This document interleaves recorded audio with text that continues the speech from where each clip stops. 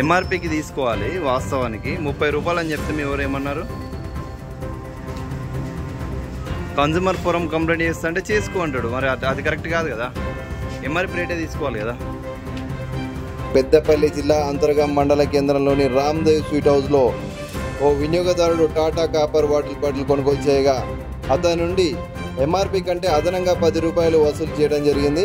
దీంతో గ్రహించిన వినియోగదారుడు 10 రూపాయలు అదనంగా ఎందుకని అడగా మీరు ఎక్కడ చెప్పుకుంటారో చెప్పుకో అన్న నిర్లక్ష్యపు సమాధానాన్ని ఆ యొక్క స్వీట్ హౌస్ యజమాని ఇవ్వడం జరిగింది. దీంతో ఆ వినియోగదారుడు జాతీయ వినియోగదారుల ఫోరంని ఆశ్రయించారు.